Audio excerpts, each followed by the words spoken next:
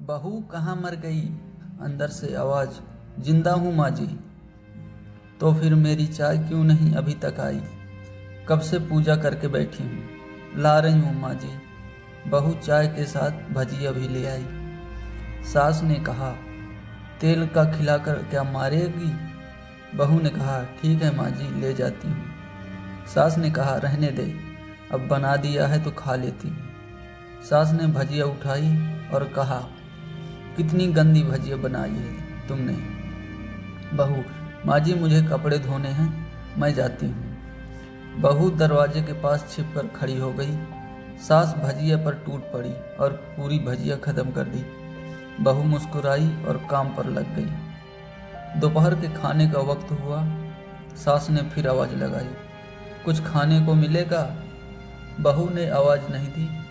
सास फिर से चिल्लाई, भूखे मारोगी क्या? बहू आई, सामने खिचड़ी रख दी। सास गुस्से से, ये क्या है? मुझे इसे नहीं खाना, इसे ले जाओ। बहू ने कहा, आपको डॉक्टर ने दिन में खिचड़ी खाने को कहा है तो खाना ही पड़ेगा। सास मुंह बनाते हुए, हाँ तू मेरी माँ बन जा। बहू फिर मुस्कुराई और चली गई। आज इनके घर पूजा थी। बहू सुबह 4 बजे उठ गई। पहले स्नान किया, फिर फूल लाई, माला बनाई, रसोई साफ की, पकवान और भोज बनाया। सुबह के 10 बज गए। अब सास भी उठ चुकी थी। बहू अब पंडित जी के साथ भगवान के वस्त्र तैयार कर रही थी। आज ऑफिस की छुट्टी भी थी। उसके पति भी घर पर थे। पूजा शुरू हुई। सास चिल्लाती, बहू ये नहीं, वो नहीं। बहू दौड़ी दौड़ी आती और सब करती। अब दोपहर के 3 बज गए थे। आरती की तैयारी चल रही थी। पंडित जी ने सबको आरती के लिए बुलाया और सबके हाथों में थाली दी। जैसे ही बहू ने थाली पकड़ी, थाली हाथों से गिर पड़ी। शायद भोज बनाते हुए बहू के हाथों में तेल लगा था, जिसे वो पोंछना भूल गई थी। सारे लोग तरह तरह की बातें करने लगे।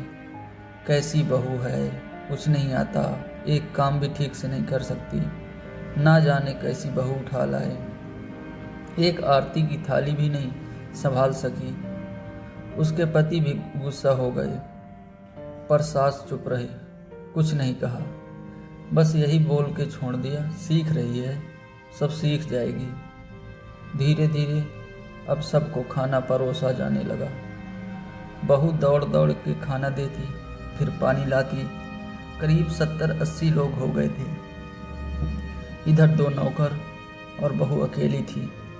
फिर भी वह सारा काम बहुत ही अच्छे तरीके से करती। अब उसकी सास और कुछ आस पड़ोस के लोग खाने पर बैठे। बहू ने खाना परोसना शुरू किया। सबको खाना दे दिया गया।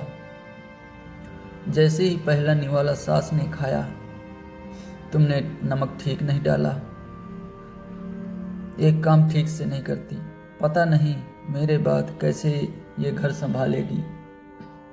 आस पड़ोस वालों को तो जानते ही हो, वो बस बहाना ढूंढते हैं नुक्स निकालने का। फिर वो सब शुरू हो गए, ऐसा खाना है, ऐसी बहू है, ये वो वगैरह वगैरह। दिन का खाना हो चुका था। अब बहू बर्तन साफ करने नौकरों के साथ लग गई। रात में जगराता का कार्यक्रम रखा गया था। बहू ने भी 1-2 गीत गाने के लिए स्टेज पर चढ़ी। सास जोर से चिल्लाई, मेरी नाक मत कटा देना, गाना नहीं आता तो मत गा, वापस आ जा। बहू मुस्कुराई और गाने लगी। सबने उसके गाने की तारीफ की, पर सास मुंह फुलाते हुए बोली, इससे अच्छा तो मैं गाती थी जवानी में, तुझे तो कुछ भी नहीं आता। बहू मुस्कुराई और चली गई। अब रात का खाना खिलाया जा रहा था। उसके पति के ऑफिस के दोस्त साइड में ड्रिंक करने लगे। उसका पति चिल्लाता, थोड़ा बर्फ लाओ, तो सास चिल्लाती, यहाँ दाल नहीं है। फिर चिल्लाता, कोल्ड ड्रिंक नहीं है, पापड़ ले आओ। इधर उधर आखिरी में उसके पति की शराब गिर पड़ी उसके एक दोस्त पर और बोतल टूट गई। पति गुस्से में दो झापड़ अपनी पत्नी को लगाते हुए कहता है, जाहिल कहीं की, देख कर नहीं कर सकती, तुझे इतना भी काम नहीं आता। सारे लोग देखने लगे। उसकी पत्नी रोते हुए कमरे की तरफ दौड़ी। फिर उसके दोस्तों ने कहा, क्या यार, पूरा मूड खराब कर दिया।